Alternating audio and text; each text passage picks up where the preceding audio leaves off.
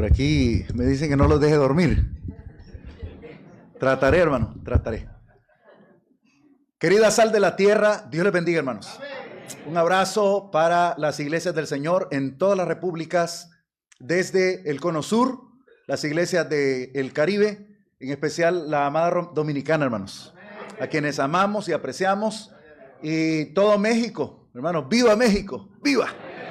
Después de gritarlo en el Zócalo, me quedé con la gana de no estar el 14 del mes pasado. Gracias, hermano Mario, juntamente con los ancianos de la iglesia en Jardín Español, por la gentileza de invitarme. Gracias a la iglesia del Señor en la región que está uniéndose para trabajar en el encuentro, y a cada predicador que ha hecho un gran esfuerzo, que ha viajado, que ha comprado boletos, que ha buscado hospedaje, que ha organizado su itinerario, que ha hecho maniobras, luchas, batallas para estar en esta sala. Y yo le aseguro que esta es una inversión de su tiempo y también muy apreciado y valorado, como un banquete que todos vamos a disfrutar tras cada enseñanza, tras cada palabra, cada predicación. Esperamos que cada uno salga totalmente satisfecho por la predicación, hermano, porque vamos a hablar palabra, pero hay un problema. Aquí hay todos pastores, líderes, obreros, maestros, hombres que saben Biblia.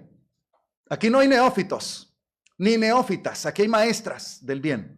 Por eso tocó una tarea colosal. Y de añadidura, le decimos en Nicaragua, nos hablan sobre conocer a Dios. Ese es el tema en esta mañana. Para que te conozcan a ti. Hermano, yo no sé por dónde empezar. Ya ustedes vieron cómo viene el avance desde la mañana, que nos azora la comprensión, ¿no? del tema, de la comprensión de la esencia de Dios, la existencia de Dios. Y luego de una forma tan increíble, hermano Horta, nos expone a Jesús y a Dios en una unidad intrínseca que nos permite también acercarnos a ella de manera tan profunda. No puedo iniciar, hermanos, sin pensar lo verdadero de Dios como esencia, con aquella vieja leyenda griega. ¿La quieren escuchar, hermanos? Después nos digan, hermanos. ¿Están seguros? Coras creas arpasas epitinos dentro de Catzent. ¿Continúo? Entonces querían escucharlo y ahora se la voy a traducir. Habían dos mujeres. Una se llamaba Aleteia. Esto es una historia griega. Aleteia era una muchacha muy hermosa, muy bella. Y había otra que no era tan bella, pero aparentaba ser bella. Se llamaba Pseudólogos. Aleteia y Pseudólogos fueron un día al campo. Se acercaron a un lugar donde había un pozo, y fuera del pozo, la muchacha llamada Pseudólogos le dijo: ven, el agua está tibia. Se acercó la muchacha. Aleteia fue muy ingenua. Cayó en la trampa, tocó el agua y dijo: Pseudólogos ha dicho la verdad. Se introdujo, se metió al agua, y como ambas entraron al agua sin ropa, cuando salió Pseudólogos, tomó la ropa de Aleteia. Y Aleteia gritaba por su ropa y decía: no toques mi ropa, no te vistas de mi ropa. Y Pseudólogos se fue. Cuando Aleteia miró que sus ropas habían sido usadas vilmente, con el artilugio del engaño, le dice: por favor, no me hagas esto, porque tu ropa nunca me la pondré. Desde entonces hasta hoy, la mentira, que Pseudólogos viste la ropa de la verdad y nadie quiere escuchar la verdad desnuda. Mis hermanos, hay algo duro que quiero hablar en esta mañana. Y es que la iglesia del Señor en América Latina y Estados Unidos y el mundo entero no es muy grande, hermanos.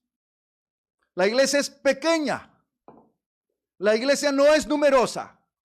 La iglesia no llena grandes estadios. Pero la iglesia es muy fragmentaria.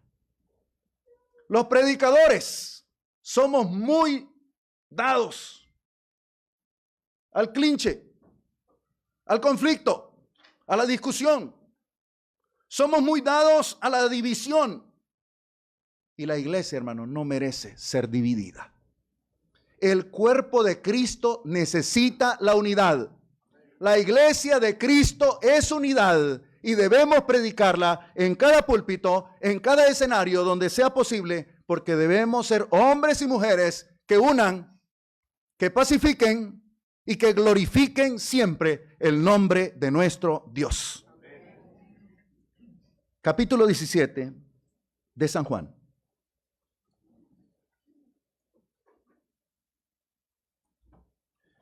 Llegar al capítulo 17 de San Juan, hermanos, es una belleza. Un estudioso dijo que San Juan es el libro más difícil de toda la Biblia. Y esta porción sería su sumum. La palabra sumum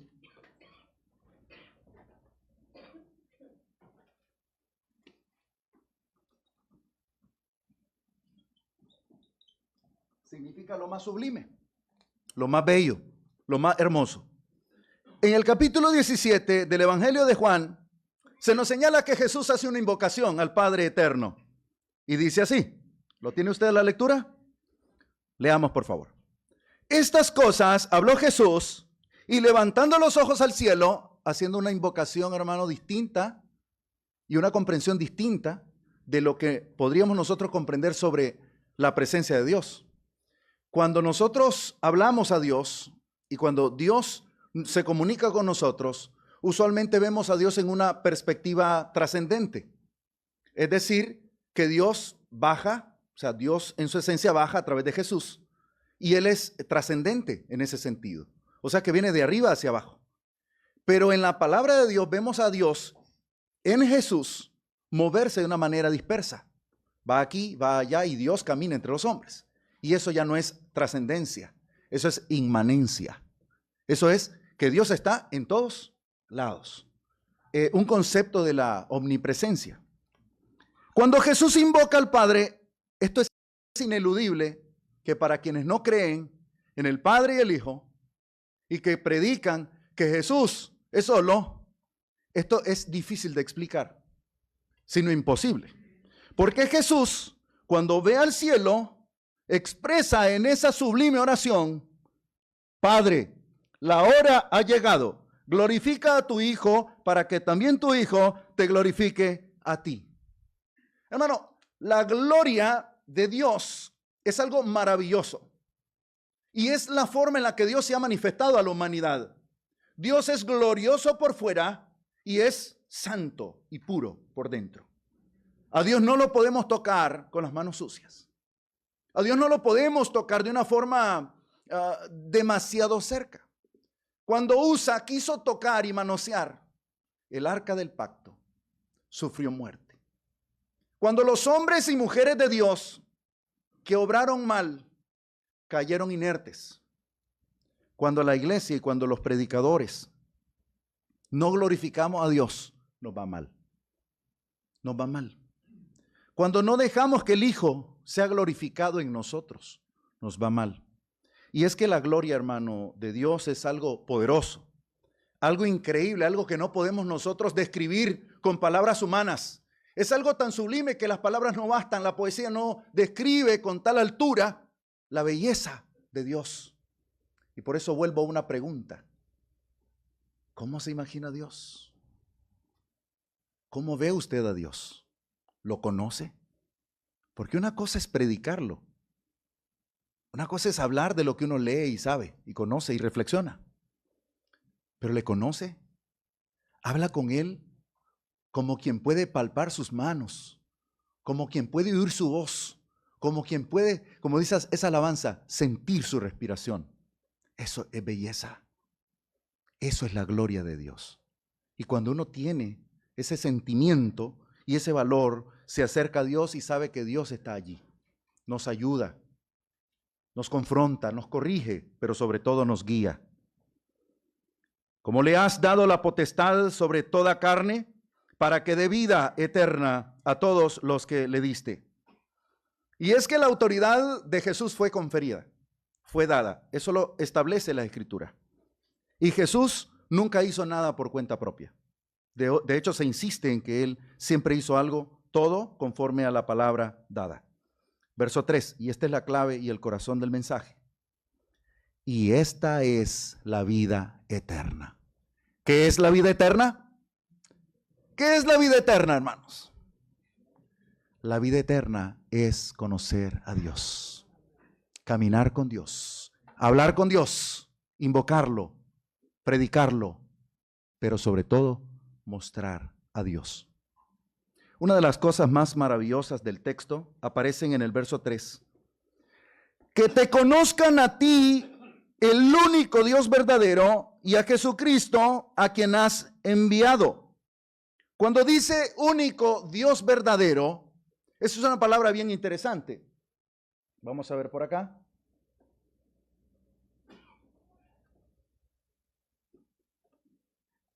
Este es el pasaje que tenemos en español de 17:3 de San Juan. Esta es la vida eterna. ¿Qué es la vida eterna? Número 1. Este es un sermón fácil en el sentido estructural, pero de concepto es muy difícil. 1. Que te conozcan a ti. ¿Cuál es el propósito de Cristo? Mostrar, dar a conocer a Jesús, dar a conocer a su Padre.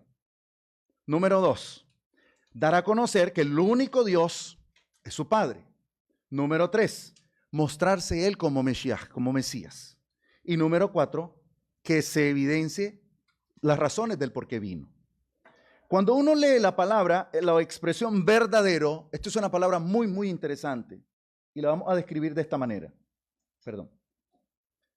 La palabra que se usa, ¿recuerdan la ilustración de hace unos minutos? De la muchacha aletheia. Aletheia es una palabra griega que significa verdad. Verdad es la palabra que se usa en general como un sustantivo para toda verdad. Por ejemplo, os guiará a toda verdad. Eso es aletheia. Aletheia en griego significa, aleth, significa a, sin, leth, oscuridad. O sea, sin oscuridad. Dios es sin oscuridad. O sea, Él es luz. Él es luz.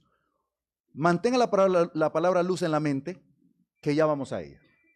Aletheón es un adjetivo que califica a Dios y pone a Dios como un absoluto y verdadero Dios, distinto a las figuras de la antigüedad. Cuando nosotros conocemos a Dios en el Antiguo Testamento, nos vamos a una historia muy profunda en la que, por ejemplo, Dios habló con Moisés y en el capítulo 6, versículo 3 del libro de Éxodo, señala que Dios no se dio a conocer con su nombre verdadero. El nombre que se usaba en la antigüedad, el nombre que a Dios se le daba, según el texto bíblico, era un nombre muy genérico y ese era un problema. El nombre de Dios en el Antiguo Testamento era un nombre que aparece aquí. Para algunos hermanos esto será muy fácil, para otros será un poquito más complicado. Pero vamos a ir a ello con calma. Cuando Dios se presentó a la humanidad, se presentó como Él. ¿Ha oído esa palabra? Él. Es la terminación de nombres como Samuel, Gabriel, Abel. ¿Alguien se llama así en la sala? Joel, Joel, exacto. Emmanuel, Manuel y otros nombres. Pero ¿sabe qué precioso de lo que esto significa? Esta expresión que está aquí es hebrea y allí usted va a ver aquí a la derecha la Aleph, va a encontrar también una Lamet, va a encontrar también una Hei, va a encontrar la última, aquel cachito que se ve allá, esa es una Yud, y de último una Mem, Elohim, Elohim. Eso es hebreo. Una E, una L, una O. Elo, H, que se usa como una G, Elohim. Elohim es el nombre de muchos dioses. y esto lo quiero explicar porque es necesario aclararlo, era el nombre genérico que se le daba a las deidades en Medio Oriente. Y una de las grandes inquietudes que tuvo Abraham, la paz sea con él, el padre Abraham tuvo una inquietud cuando fue al sacrificio de su propio hijo en el monte Moria. Cuando suben al monte, hay algo que es ineludible de preguntarse. ¿Por qué Dios pidió sacrificio? ¿Por qué Dios pidió sacrificio humano? Y allí está el gran problema. El Elohim universal, o sea, los Elohim de Medio Oriente pedían hijos, hermano. Pedían sacrificio humano. Pedía que los padres entregaran a sus hijos. Y había muchos dioses. Había Moloch, Milcom, Astarte, Acera. Y muchos dioses estaban dispuestos a sacrificar a los hijos de los hombres. Pero cuando Abraham lleva a su hijo al altar, Dios le dice, no, yo no soy así. Yo no soy como esos dioses paganos porque yo no permito que la sangre sea derramada. Y ese concepto cambió porque Abraham fue con fe. La pregunta no es, ¿por qué Abraham hizo eso? ¿Por qué Abraham llevó a su hijo al sacrificio? Pero sí era lo que hacían también sus padres al otro lado del río. Era algo normal. Lo que no fue normal es que en el momento de sacrificarlo se detuviera. Y eso cambió el concepto en la mente de Abraham. Ya en Éxodo, Dios le muestra, en este caso, a Moisés. Moshe, que es un heredero al trono, es básicamente el hermano del príncipe. Moshe es un nombre egipcio, no hebreo. Según nuestra tradición, hemos oído que Moisés es sacado de las aguas y es un nombre muy parecido. Pero Moshe significa hijo. Moshe es hermano de Ra-Moshe. Moshe es hijo y Ra-Moshe es Ramsés, o sea, el hijo de Ra. En este caso, cuando Dios llama a Moisés, le dice en el capítulo 3 que él tiene que librar a su pueblo. Y en el 3:14 le señala que su nombre es un nombre legítimo y especial. Conociendo a Dios, mis hermanos, llegamos al capítulo 3, versículo 14 de Éxodo, y le dice, ya mi nombre, yo no me mostré de una manera directa, yo no me mostré con mi nombre, porque mi nombre es. ¿Ya ha leído esta palabra alguna vez? Yud, Hei, Bab, Hei. Es la expresión del tetragrama que ya hemos escuchado en clases de YHWH o tetragramatón. Este nombre, que en la traducción española la tenemos como yo soy, o sea, el gran yo soy, antes a Dios se le conocía únicamente como Shaddai. Shaddai era el nombre antiguo que se le daba al Señor de las montañas, o sea, al Altísimo, esa es la expresión, al Todopoderoso. Pero cuando Dios se muestra con esta expresión, YHWH en español, Dios estaba dando un nombre, pero que era indescifrable, indescriptible, y quizá eso era el concepto más profundo. Los rabinos judíos frente al Bemá, cuando daban la cátedra, el estudio, expresaban que en ninguna manera, pero qué atento, hermano, ninguno pestañea, hermano, me asustan, me abruman. Miren, hermano, qué belleza que Dios cuando le daba ese nombre, los hebreos y los profesores rabinos y los talmidín, que eran los estudiantes, dicen que se quedaban callados. Y cuando se iba a mencionar el nombre, daban una pausa y continuaban. Y preferían simplemente decir Shaddai. Omitían el nombre santo de Dios. Qué belleza, hermano, que nosotros nos consagremos para poder cuidar la palabra santa, cuidar la predicación, cuidar la enseñanza, cuidar las sanas palabras, cuidar la riqueza de la Escritura, que es realmente especial para nosotros. Volviendo un poco a San Juan, les dije que San Juan es una enseñanza que es profunda. En el capítulo 1, versículo 1 de San Juan, Empieza el texto diciendo: en el principio era el verbo, y el verbo era con Dios, y el verbo era Dios. Y este era en el principio con Dios. ¿Recuerdan cuando les dije que recordaran la palabra luz? ¿Recuerdan que dije, vamos a hablar de la luz? Pues en el capítulo 1, versículo 1 y 2 de San Juan, hay una absoluta enseñanza, y más que ser una presencia teológica como la hemos estudiado, era una poesía, era un verso, era una lección. Y cuando uno lo lee en el idioma original, hay un sonido hermoso. En argé, en hologos, en prothonción, caideos en hologos. O sea, en el principio era la palabra. Nos traslada a un poema del proverbista. Y hace a Jesús trasladarse al tiempo antiguo. Es una presentación excepcional. Es la presentación del Hijo de Dios. Es el que va a mostrar la gloria de Dios. Es el que va a hablar en nombre de Dios. Por eso, cuando empieza el texto, dice, verso 4, en él estaba la vida, y la vida era la luz de los hombres. La luz en las tinieblas resplandece, y las tinieblas no prevalecerán en ella. Verso 9, en aquella luz verdadera que alumbra a todo hombre, venía a este mundo. En el mundo estaba, y el mundo por él fue hecho, pero el mundo no lo conoció. La luz, hermanos, en este contexto es una celebración. Es la celebración del Hanukkah, la celebración del pueblo judío que luego de un proceso difícil, que con Juan Hircano en el 154 a.C. fuera liberado bajo una revuelta de los macabeos. Sí le late el tema de los macabeos, ¿verdad? Ellos van a poner la luz dentro del templo, dentro del templo roto, ponen en la menorá aceite y encienden la luz, y la luz duró 8 días sin apagarse. Y ellos dijeron, esto lo vamos a celebrar. Y desde entonces celebran los judíos el Hanukkah. Hace una semana, los judíos, nuestros primos, digamos, celebraban la fiesta del Yom Kippur, el Día de Perdón. Eso se celebró el 2 de octubre, hace una semana. Y algo que se me venía a la mente cuando yo venía viajando, de hecho fue el día que yo salí del país para el encuentro, me llamó mucho la atención de que nosotros no celebramos el Día del Perdón. ¿Y sabe por qué? Porque nos cuesta perdonar.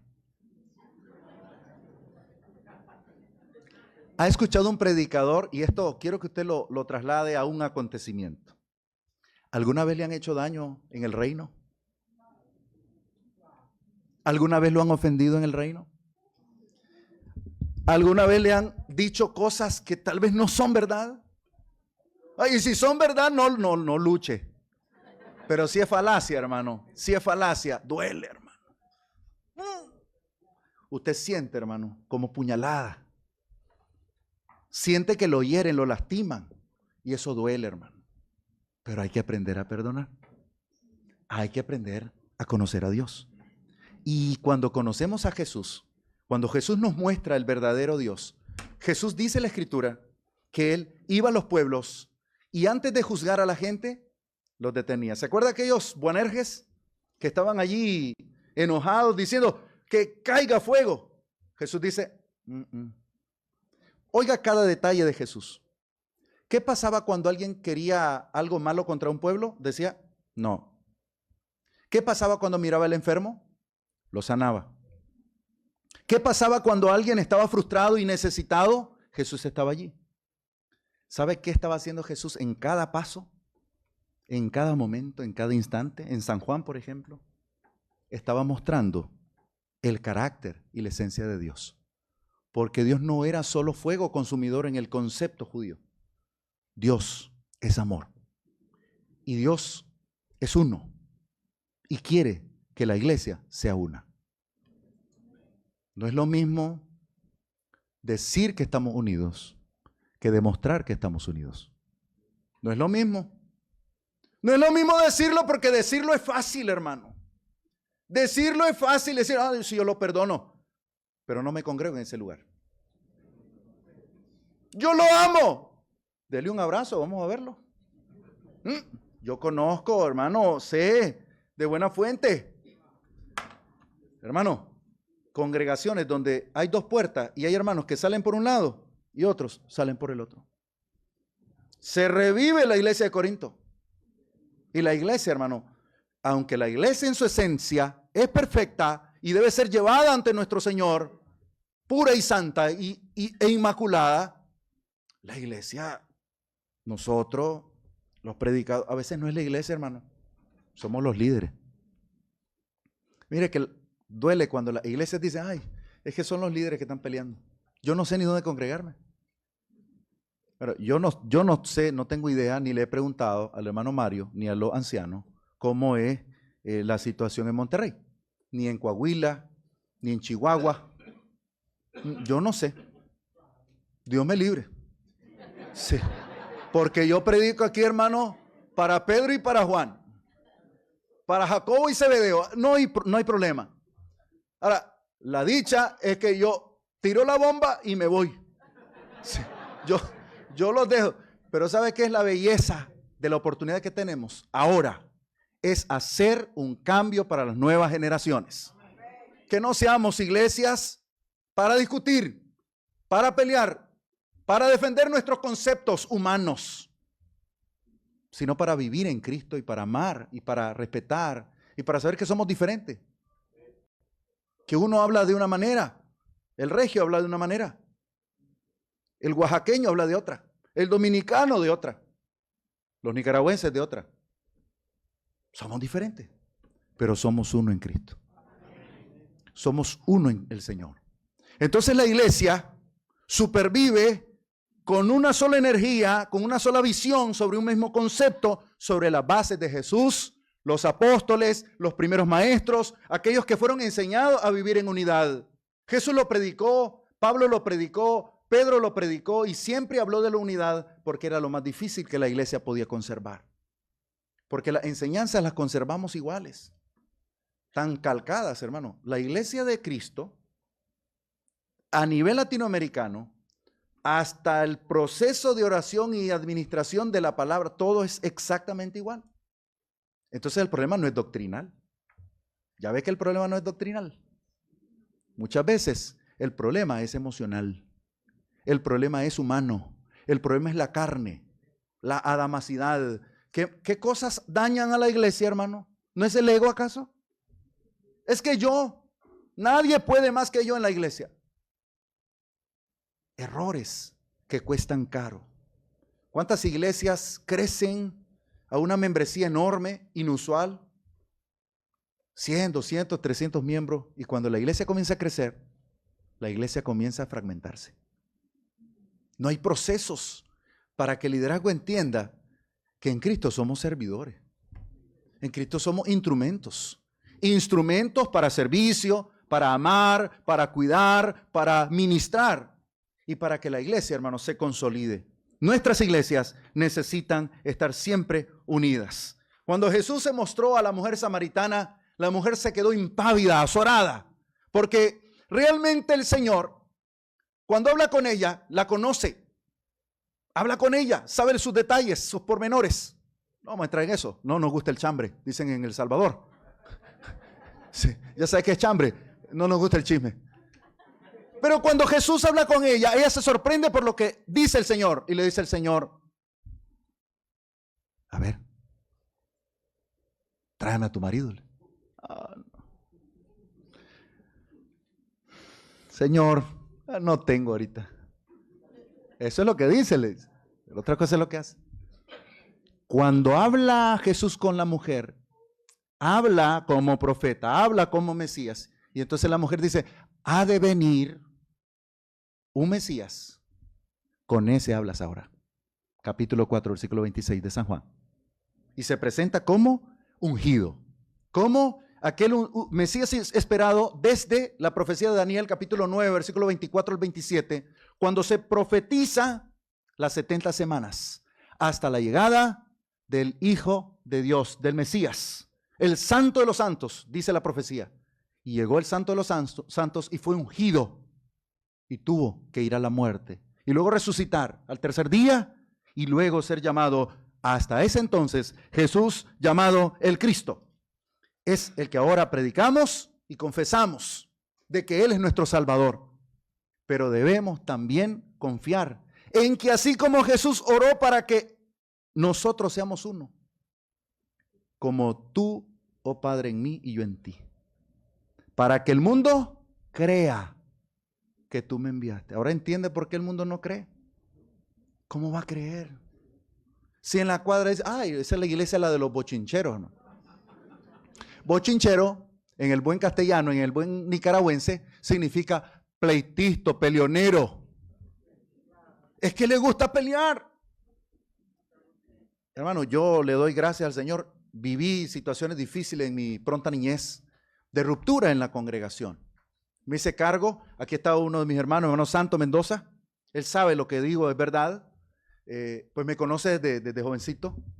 Y, hermano, lidiamos con hermanos ancianos que me permitieron la oportunidad de ministrar la obra, siendo yo un niño. Y luego, hermano, cuando nos tocó hacer misión, hermano, en la congregación, gracias a Dios, hermano, nunca ha habido un conato de vamos a dividir la iglesia. No. Le doy 1000 gracias a Dios. Y algo que es hermoso es que los niños que van creciendo en la iglesia van creciendo con la visión de vamos a servir, vamos a ayudar, pero ninguno está pensando voy a agarrar el cargo aquí, voy a agarrar el cargo allá. No. Y no porque yo no lo permita para no soltar el mando. No, hermano. Sino más bien yo espero que alguien diga en la congregación un día, bueno, yo quiero hacerme cargo de la iglesia, establezcamos los ancianos, porque yo un día me voy a ir. Y los predicadores así somos. Un día estamos en un lugar, otro día en otro lugar. Pero ¿qué vamos a dejar en esa congregación? ¿Vamos a dejar una estela de confusión, de dificultad, de estirantismo, de cisma en la iglesia? ¿O vamos a dejar bien cimentado la unidad, la fe y sobre todo el principio elemental de que la unidad es el nervio, es el pulmón, es la arteria que mueve la iglesia? La unidad lo es todo. Ya lo ha profetizado el Señor a través de aquella enseñanza que siempre la hablamos y la cantamos. Mirad cuán bueno y cuán delicioso es habitar los hermanos juntos en armonía. Juntos, pero en armonía. Juntos, pero en armonía. Porque uno dice, habitar los hermanos juntos. Juntos sí, pero estamos en armonía. Nos hablamos. Hermano, si hay predicadores aquí que no se hablan, hermano, los vamos a pasar al frente, hermano. Sí. Que se reconcilien, hermano. Que pasen a pedir perdón. ¿Cuántos se van a poner en pie, hermano? Ya ve que sí, hay cosas que nos duelen, cosas que pasan. El acontecer de la iglesia es duro. Hay cosas difíciles. Hay cosas que son bien complicadas. Jesús nos reveló al verdadero Dios. Nos dejó en claro cuál es su verdad, cuál es su lección, cuáles esas enseñanzas poderosas. Jesús nos ha mostrado esa vida eterna. Si no nos amamos aquí, hermano, ¿cómo cree que nos vamos a amar allá, hermano? ¿Cómo nos vamos a ver allá? ¡Qué bonito cantamos, hermano! Perdonen, mis hermanos del Comité Internacional, mi hermano Juan, concédame. Mi hermano por acá, los ancianos. Bueno, pero si no nos amamos en el suelo, ¿cómo cree que vamos a ir al cielo? Allá en el cielo, allá en el cielo. Cantamos bonito, pero a la hora de la práctica, a la hora de la aplicación, ¿qué hay de por medio? Mire que las congregaciones son bien diferentes, cada iglesia es distinta, cada región es distinta. Pero un dato que es abismal es que casi todas las congregaciones siempre han sufrido ruptura y divisiones. ¿Por qué tantas diferencias, hermano, entre los consiervos? ¿Qué pasa? ¿Qué ocurre? ¿Por qué surgen las divisiones? No sé si ustedes alguna vez han escuchado la historia de los misioneros que se fueron en un avión. Iban en un avión a hacer misión, un grupo de personas. Pero entre ellos andaban 2 misioneros bautistas. No sé, ¿alguno aquí presente, hermano? Dígame. Habían 2 misioneros católicos. No sé, algunos se presignan, hermano. Cuidado, les quedan las viejas manías. Y 2 eran hermanos de la iglesia de Cristo. No me diga dónde. No me diga dónde. No vinieron tampoco. Llegan, van en el avión. Ve el avión, hermano, el motor. Todo va bien. Y ¡pah! Explota un motor. Y el que está dirigiendo la nave, el piloto, dice: tripulación, vamos a tener que aterrizar forzosamente en una isla pequeña. Desciende la nave y cuando la nave se asienta, revolotea un poco, pero logra llegar. Dice que a las semanas los sacerdotes y dos célibes le dicen: ¿y por qué no levantamos aquí una parroquia? Aquí no hay iglesia. Y ponen la primera iglesia católica, apostólica romana.